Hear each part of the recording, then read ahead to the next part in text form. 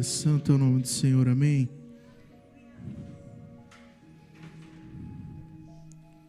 Glória a Deus.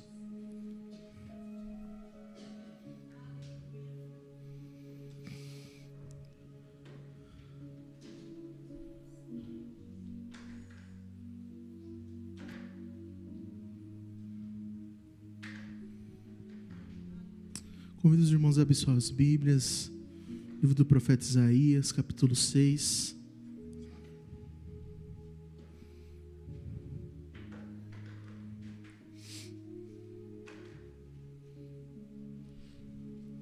Glória a Deus.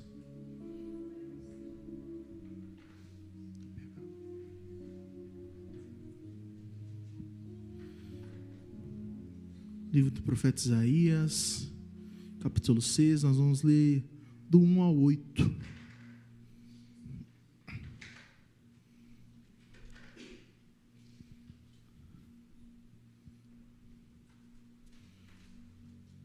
Glória a Deus. Obrigado, Isa.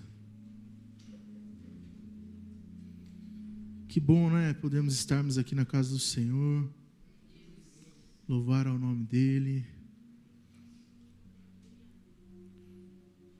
Como é que está aí? Muito calor? Está mais fresquinho? Mais fresquinho? Glória a Deus, né? É a resposta daquilo que o pastor pregou aqui na última ceia, né? Que nós devíamos profetizar, e ali nós profetizamos, e começou a chegar já. Glória a Deus. Glória a Deus pela vida do Rafa, que correu atrás para a gente, das máquinas, presbítero Dinei, e o Mano, carinhosamente chamado por nós, né, o Felipe, a equipe ali que começou os trabalhos aí, até o Confra. Nós teremos mais 2 máquinas, então tragam blusa. Amém, irmãos? Isaías capítulo 6 diz assim: no ano em que o rei Uzias morreu, eu vi o Senhor, ele estava sentado em um trono alto e majestoso. Todo o templo estava cheio de sua glória. À sua volta voavam poderosos serafins. Cada um deles tinha 6 asas. Com 2 cobriam seus rostos, com 2 cobriam seus pés, e com 2 voavam. Eles diziam em alta voz uns para os outros: Santo, Santo, Santo é o Senhor Todo-Poderoso. Toda a terra está cheia da sua glória. Era tão tremendo o som das suas vozes que chegou a sacudir o templo e até os alicerces, e ele ficou cheio de fumaça. Então eu disse: chegou a minha hora. Vou morrer porque eu sou um pecador. Sou um homem com lábios impuros e moro no meio de um povo de lábios impuros. Agora eu vi o Rei, o Senhor Todo-Poderoso. Foi aí que um dos serafins veio voando em minha direção, trazendo uma brasa viva que ele tinha tirado do altar com uma tenaz. Com ela tocou minha boca e disse: de agora em diante sua culpa foi tirada, porque essa brasa tocou os seus lábios, os seus pecados foram perdoados. Então ouvi a voz do Senhor dizendo: quem será o mensageiro que eu vou enviar ao meu povo? Quem irá por nós? E eu respondi: eu irei, Senhor, envia-me. Vamos orar. Pai, nós queremos te render graças, porque a sua bondade tem nos alcançado dia após dia. Obrigado, Senhor, porque o Senhor nos dá esse privilégio de estarmos aqui nessa noite. E o Senhor tem falado conosco, a sua presença real em nosso meio. Por isso nós queremos engrandecer o teu nome, assim como nós cantamos, dizer que santo, santo, santo é o Senhor.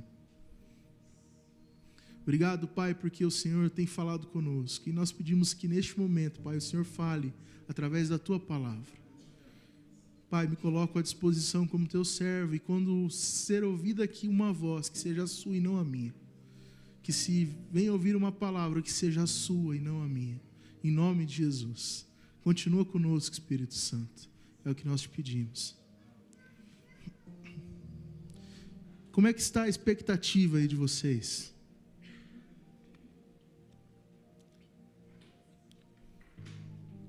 Semana que vem nós temos aí o que é o evento mais esperado do ano para nós. E não que nós vivemos de eventos, mas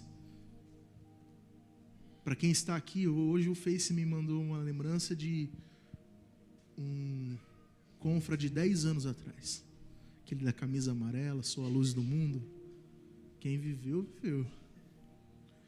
Mas é sempre uma data muito especial e que nós criamos realmente muita expectativa. E eu espero que esteja assim com você também. Espero que você esteja com as expectativas altas. Que nós cantamos aqui que o nosso Deus, Ele pode fazer infinitamente mais. Nós cantamos aqui que grandes coisas estão por vir neste lugar.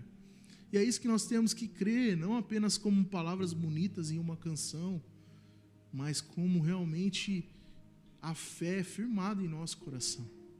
É isso que nós precisamos crer. E que nós precisamos realmente colocar em prática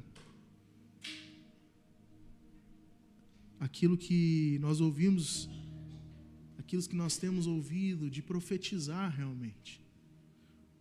Profetizar aquilo que o Senhor já tem nos dado.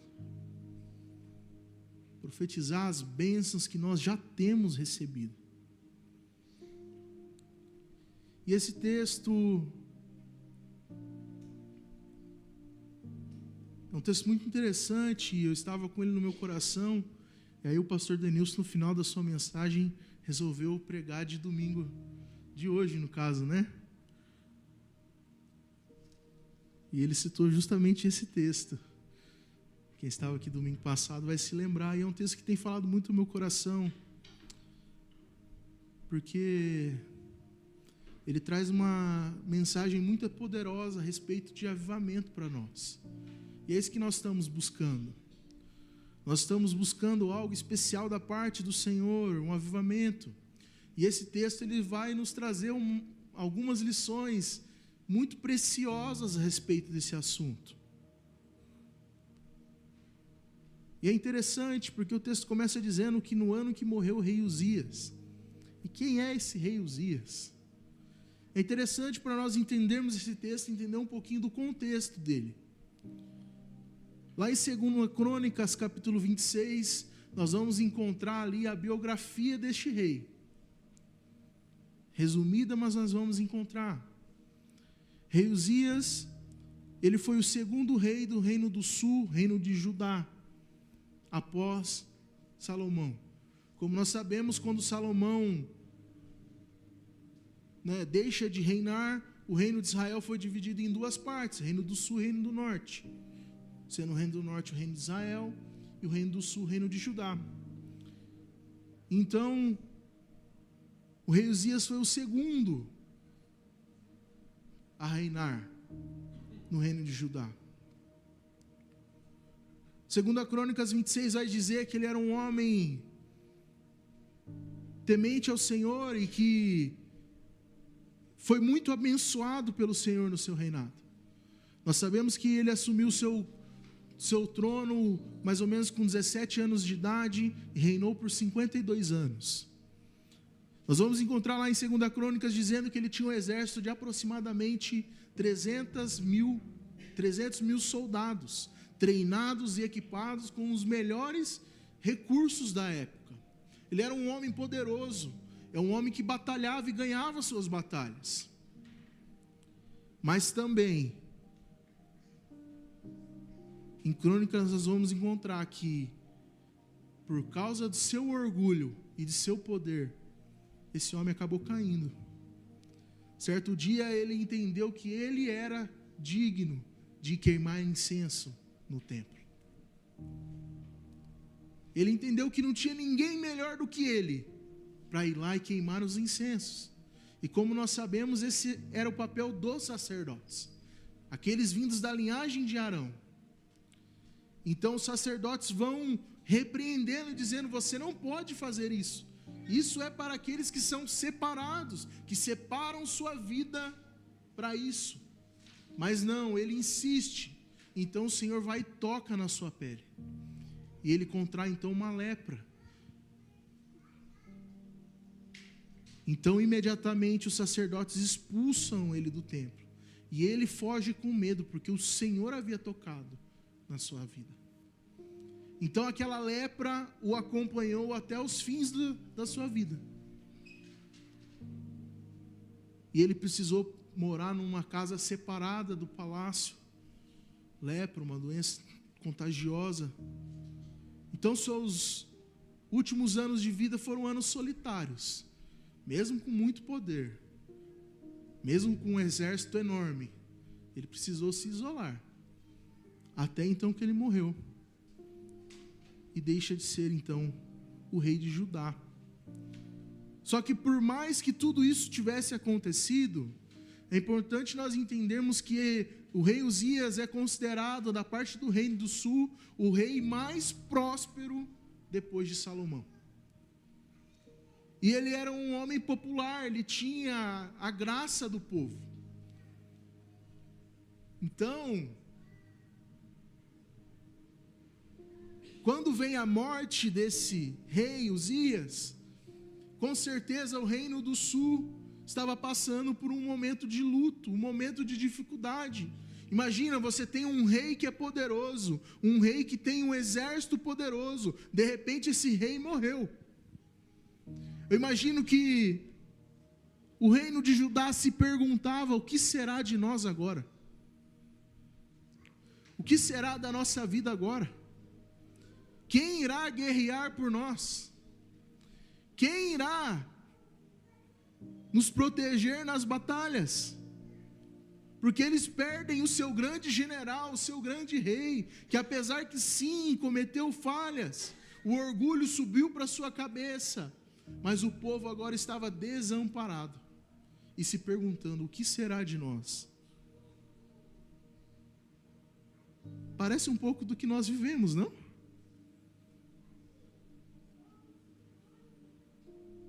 Quantas pessoas, cristãos, se desesperaram com o resultado das eleições? E agora, o que será de nós, cristãos? Então vem Deus a Isaías e mostra o seu alto e sublime trono. Por isso que é importante nós entendermos isso. Eu quero trazer com vocês agora algumas lições a respeito deste texto que fala aos nossos corações e a respeito de avivamento.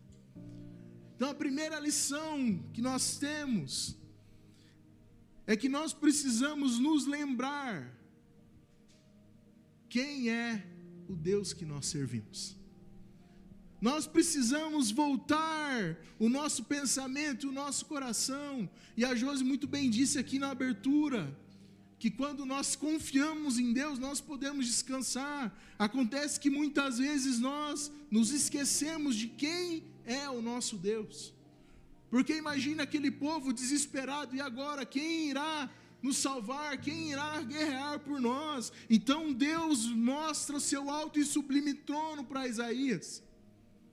Quando Deus mostra o seu alto e sublime trono para Isaías, ele está dizendo: Isaías, o rei de Judá morreu, mas o rei dos reis ainda vive. O que Deus está mostrando para Isaías é: porque eu não perdi o controle. Eu sou soberano sobre o reino de Judá, e Ele é soberano sobre a minha e sobre a sua vida. Ele é soberano sobre o Brasil.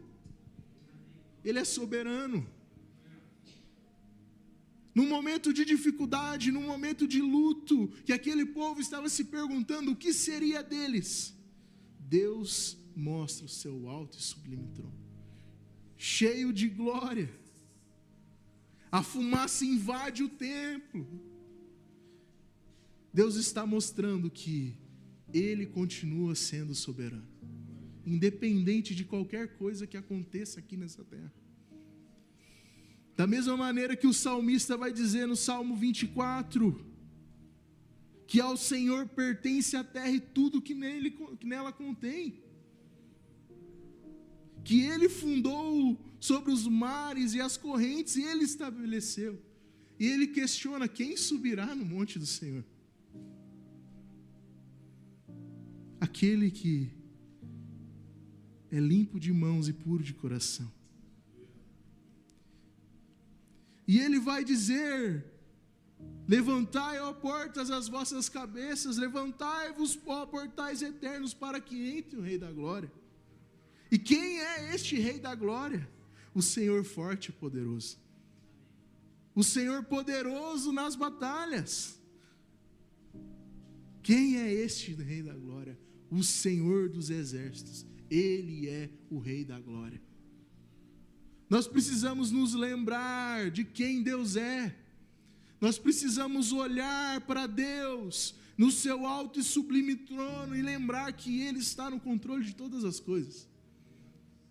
Quando nós estamos neste momento e nós buscamos um avivamento, é primordial que nós nos voltemos para quem Deus é.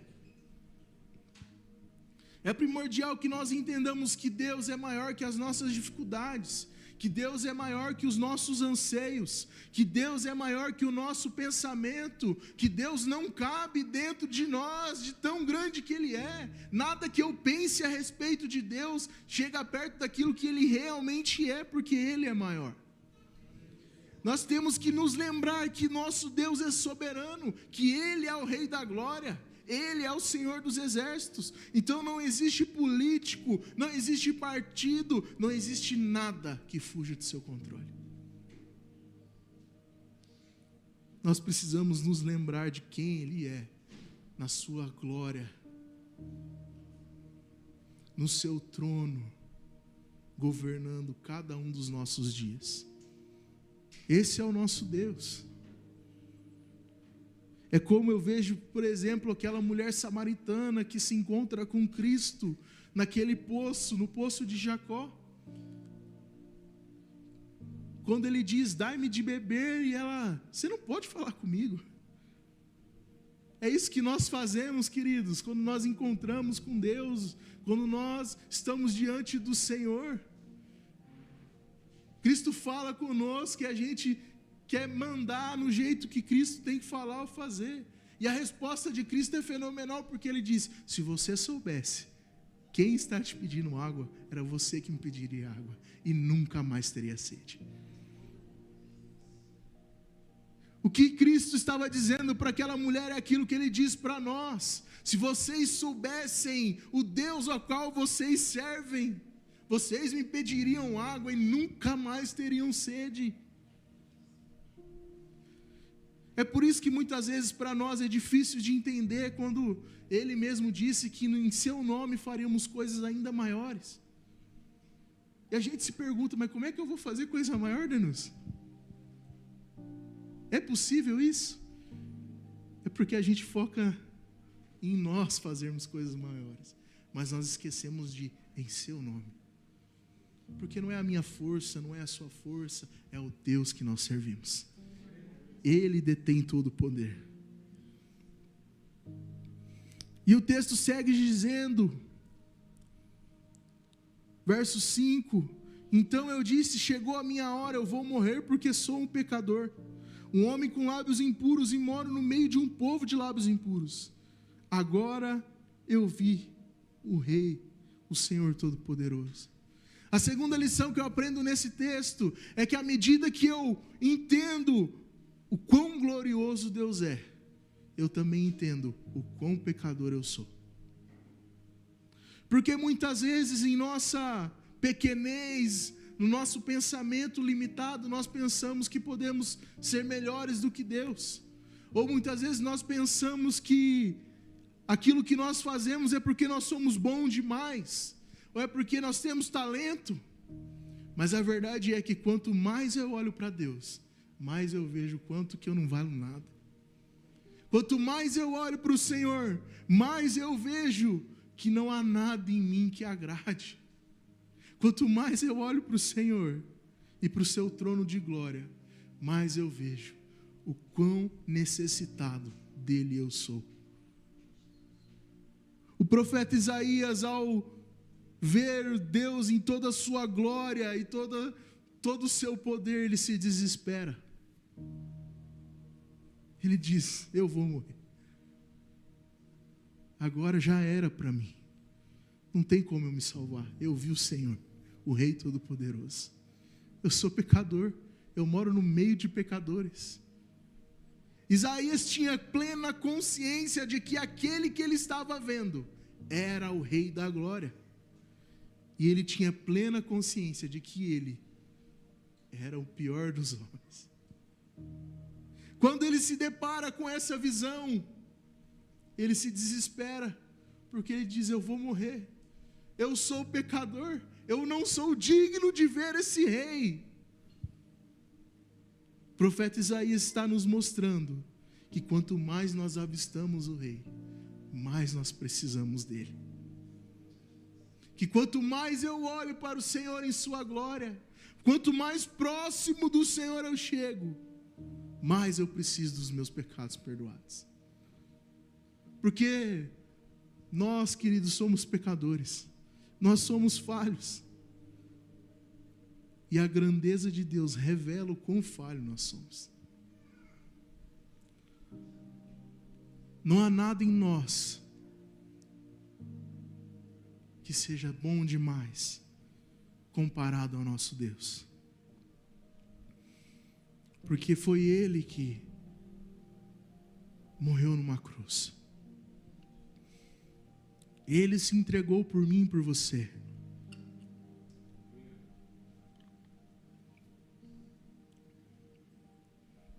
Ele se entregou no meu e no seu lugar. Mesmo não merecendo, Ele sofreu por nós. Por isso hoje nós podemos olhar para esse trono de glória. Nós podemos pedir ao Senhor que venha em nosso meio, como nós cantamos aqui, nós invocamos a Tua presença. Nós podemos estar com Ele face a face, no secreto, em nosso quarto, e Ele vem e Ele fala conosco. Mas isso não quer dizer que há algo em nós de bom, quer dizer que Ele é bom, quer dizer que Ele rasgou o véu, quer dizer que Ele morreu naquela cruz, Ele é o sumo sacerdote, Ele é o sacrifício perfeito, e por isso hoje nós temos esse privilégio. Mas nós não podemos deixar de ter essa consciência, assim como o profeta Isaías. Meu Deus, eu vou morrer, porque eu vi o Senhor. A grandeza de Deus revela quem nós somos. A grandeza e a soberania do Senhor revela o quão fraco nós somos. O Senhor em seu trono de glória revela o quanto precisamos dele, dia após dia. E o texto segue dizendo: foi aí que um dos serafins veio voando em minha direção e trazendo uma brasa viva que ele tinha tirado do altar. Com ela tocou minha boca e disse: de agora em diante sua culpa foi tirada, porque essa brasa tocou os seus lábios e os seus pecados foram perdoados. Quando nós olhamos para a história dos avivamentos, nós vamos ver diversos avivalistas dizendo que não existe avivamento sem perdão de pecados. Nós vamos ver que diversos avivamentos durante a história começaram com confissão pública de pecados, perdão mútuo, e aí veio o mover do Senhor. Então, quando nós temos a consciência de quem Deus é, e nós temos a consciência de quem nós somos em Deus, pecadores e necessitados, é aí que vem a brasa viva do altar e toca os nossos lábios. Às vezes o que nós precisamos para experimentar tudo aquilo que o Senhor tem nos prometido, e Ele não promete só a nós, como o mesmo pastor Denilson disse domingo passado, mas o Brasil tem promessas de avivamento, mas o Brasil precisa entender que Deus é soberano, e que nós somos pecadores, e aí virá fogo do céu. E aí haverá perdão de pecados, e virá o avivamento do Senhor para as nossas vidas. Queridos, eu vejo tantas pessoas falando, tantos pregadores e missionários falando a respeito desse último grande avivamento que tem para acontecer no Brasil. E eu me abraço nessa promessa porque eu quero viver.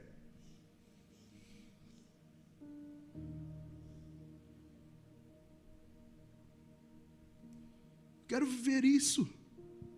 Porque é bonito quando nós lemos na história, é bonito quando nós vemos o que aconteceu em Gales, na Rua Azusa, nos Estados Unidos. É bonito quando nós vemos esses moveres de avivamento acontecendo, mas mais bonito do que ver é estar. Então, quando acontecer, eu quero estar nesse meio, eu quero experimentar desse avivamento. E por que não esse avivamento não pode começar aqui, agora?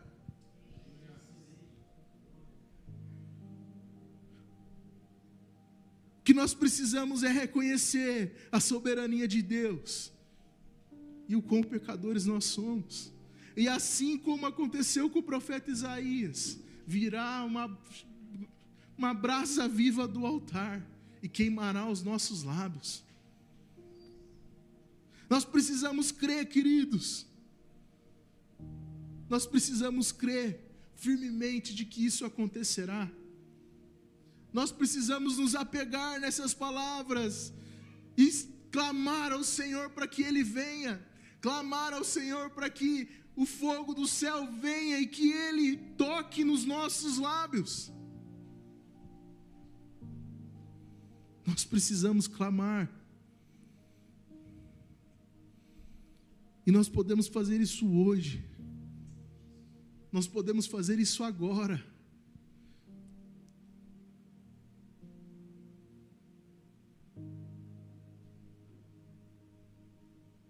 Nós podemos fazer isso hoje. Nós precisamos sonhar com esse avivamento. Nós precisamos clamar por esse avivamento. Nós precisamos fazer. Eu escutei isso e eu achei muito fera. Nós precisamos começar a fazer orações perigosas. Acho que eu disse isso da última vez. Nós precisamos começar a fazer orações perigosas. Sabe o que é uma oração perigosa? Se você não estava aqui da última vez, vou te explicar de novo. Vou explicar primeiro o que não é uma oração perigosa. É aquela que a gente ora e fala: Senhor, abençoa a minha casa, abençoa o meu trabalho, Senhor, abençoa a minha vida, Senhor, porque eu quero ter um carro melhor, eu quero ter uma casa melhor, eu quero ter um salário melhor. Isso não é uma oração perigosa. Agora, a oração perigosa é aquela que nós dobramos nossos joelhos e diz: Senhor, faça a sua vontade. Senhor, faça a sua vontade. Quantos estão dispostos a correr um risco desses, em prol desse avivamento que virá? Nós temos que orar e clamar e falar: Senhor, se está faltando um lugar, se está faltando uma pessoa para começar esse avivamento, que seja eu.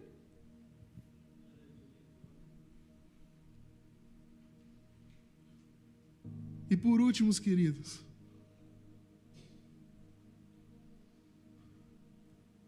Isaías faz uma oração perigosa. Que ele então ouve a voz do Senhor dizendo: quem será o mensageiro que eu vou enviar? Quem irá por nós? E ele responde: eu irei, Senhor, envia-me. Nós precisamos entender que o avivamento, que o poder dos céus que vem até nós é um privilégio, mas uma responsabilidade. Isaías poderia ter recebido fogo do céu em seus lábios, e aí o Senhor perguntar: e quem enviarei? Ele poderia ter falado: eu estou fora, já perdoa meus pecados mesmo, não é comigo não, Senhor. Mas não, esse homem entendeu o seu chamado e aquilo que Deus designou para a vida dele. E Deus muitas vezes está nos perguntando: quem será o meu mensageiro? A quem eu vou enviar ao meu povo? E a gente fica fingindo que não é com a gente. Quantas vezes o Senhor tem nos chamado para viver uma vida de total dependência a Ele, para viver uma vida de experimentar realmente o sobrenatural em nossas vidas. Quantas vezes Deus tem nos chamado para fazer orações perigosas. Quantas vezes Deus tem nos chamado para ter realmente a ousadia de dizer: Senhor, eu irei, envia-me. Queridos, o avivamento é um privilégio, mas é uma responsabilidade. Porque Ele mesmo disse: vocês receberão poder para serem minhas testemunhas. Muitas vezes o nosso problema é que a gente quer o privilégio do avivamento, mas a gente não quer a responsabilidade que vem junto. Nós queremos viver o avivamento, e é gostoso, é bom, o mover do Espírito Santo, mas quando Deus nos pergunta: e agora, quem eu vou enviar? A gente finge que não é com a gente. Enquanto nós não entendermos que o avivamento só virá para que essa nação seja transformada e que ela seja celeiro de missionários para o mundo inteiro, e que nós seremos esses missionários, não vai haver avivamento, queridos. Enquanto nós ficarmos pensando, enquanto igrejas, e eu falo da igreja brasileira em geral, nos nossos próprios desejos, enquanto nós ficarmos pensando em dizer quem é o melhor pregador, quem é o melhor cantor, enquanto nós ficarmos perdendo tempo com isso, nunca acontecerá um avivamento no Brasil, porque não é sobre nós, é sobre Ele. Não é sobre o que eu faço, mas é sobre quem Ele é.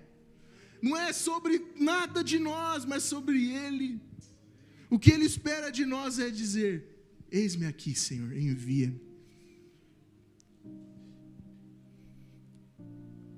E eu me pergunto, e pergunto para mim mesmo, eu faço essa pergunta para mim: aonde estão os corajosos dessa geração, que irão separar a sua vida em prol do reino? Aonde estão aqueles que irão realmente transformar milhares e milhares de joelhos? Aonde estão aqueles dispostos a pagar o preço para que o avivamento venha? Mas eu quero te encorajar hoje, queridos. Eu quero te encorajar a ter seus lábios cheios de fogo vindo do altar. Eu quero te encorajar você hoje a dizer: eis-me aqui. Eu quero te encorajar nessa noite a estar preparado para que quando Ele chamar, quando Ele perguntar, você seja o primeiro: Senhor, é comigo. Senhor, eu quero. Senhor, eu quero viver isso. Senhor, se está faltando uma pessoa, que seja eu. Eu quero te encorajar a viver realmente o sobrenatural do Senhor. Eu quero te encorajar a sonhar com esse avivamento. Ele pode ser hoje. Ele pode ser no próximo final de semana, e nós estamos nos preparando para isso. Que Ele encontre em nós os corajosos, que sonhem com o privilégio, mas que amem a responsabilidade. Vamos colocar de pé?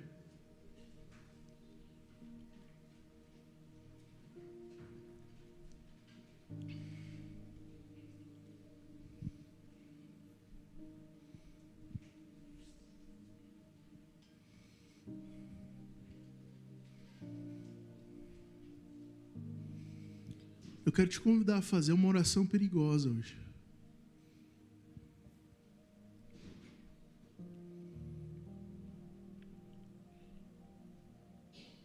Eu quero te convidar a fazer uma oração dizendo: Senhor, eu reconheço a Tua soberania. Senhor, eu reconheço o Teu trono de glória. Eu reconheço que o Senhor é santo, santo, santo, e não há outro. E Senhor, eu reconheço o quão fraco eu sou.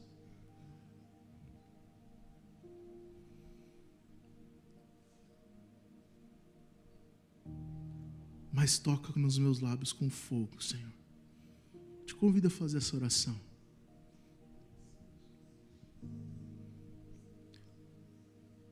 E te convido ainda mais a dizer: eis-me aqui, envia-me. Eu irei, Senhor. Eu serei esse mensageiro.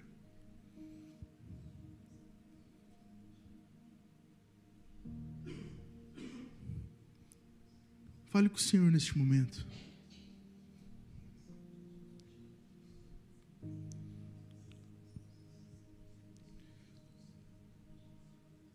Começa reconhecendo o quão grande e maravilhoso Ele é.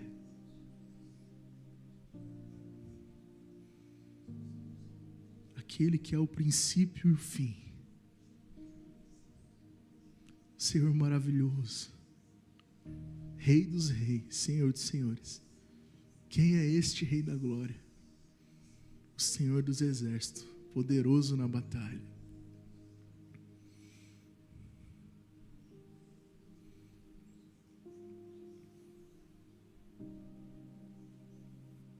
Ele é o Rei da glória.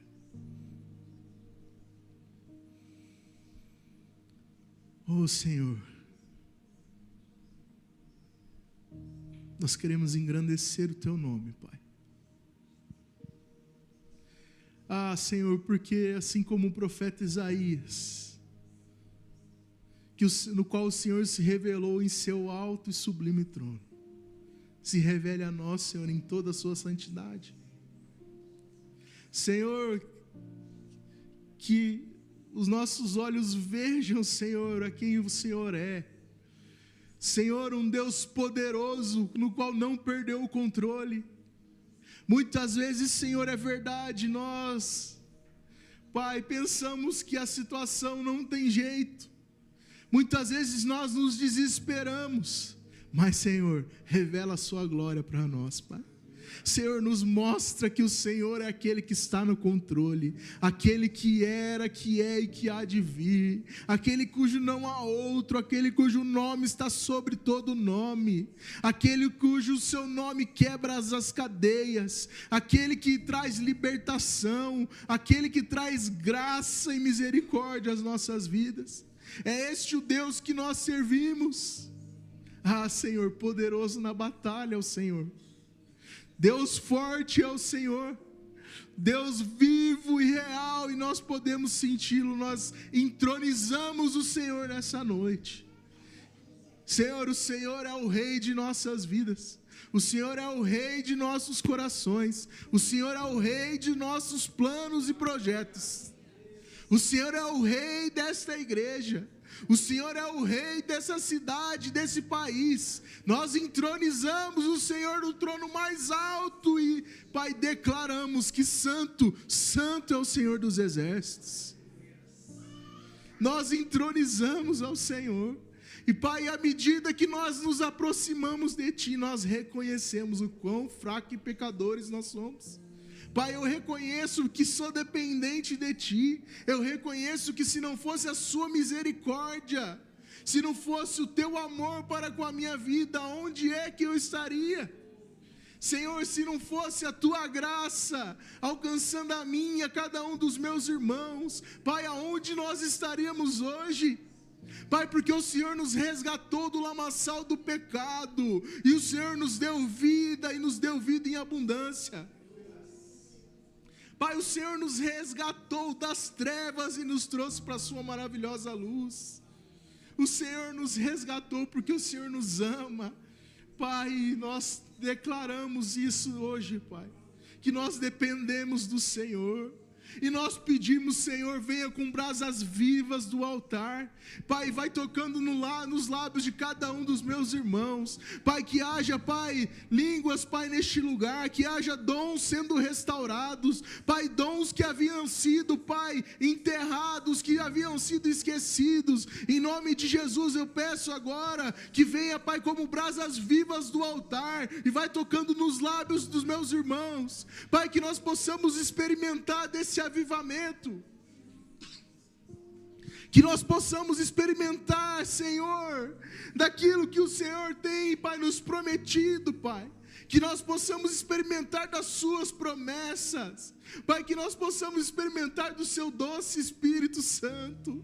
Inunda-nos, Espírito Santo, toca na vida de cada um dos meus irmãos, toca na vida de cada um, Pai.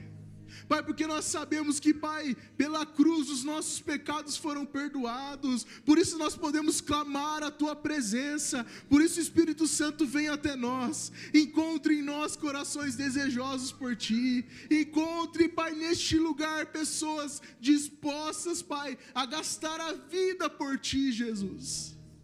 E, Senhor, nós queremos dizer hoje, Pai, Nós somos o mensageiro. Pai, envia-nos. Pai, que ao Senhor proclamar quem eu enviarei. Pai, encontre neste lugar pessoas dispostas a dizer: eu vou, Senhor, envia-me, envia-me, Senhor, porque neste lugar eu creio, Pai, que através dessas vidas, Pai, pessoas serão curadas. Pai, eu creio que cadeias serão quebradas. Pai, eu creio que pessoas serão libertas. Pai, eu quero crer pela fé, Pai, que pessoas irão levantar das cadeiras de rodas. Pai, eu quero crer pela fé, Pai, que câncer serão curados. Eu quero crer, Pai, pela fé, Pai, que pessoas que estavam desacreditadas pelos médicos receberão, Pai, a bênção do céu. E para a glória do Teu nome testemunharão que o Senhor é Deus, que cura e que faz milagres. Eu creio, Senhor, eu creio, Pai. Eu creio, Pai, nas palavras que o Senhor mesmo disse, que em Seu nome faremos coisas ainda maiores. Por isso nós dizemos: Senhor, eis-me aqui. Usa-nos, Senhor, usa-nos, Pai. Usa-nos, Deus. Usa-nos. É o que nós lhe pedimos, Pai, no nome de Jesus. No nome de Jesus. Amém.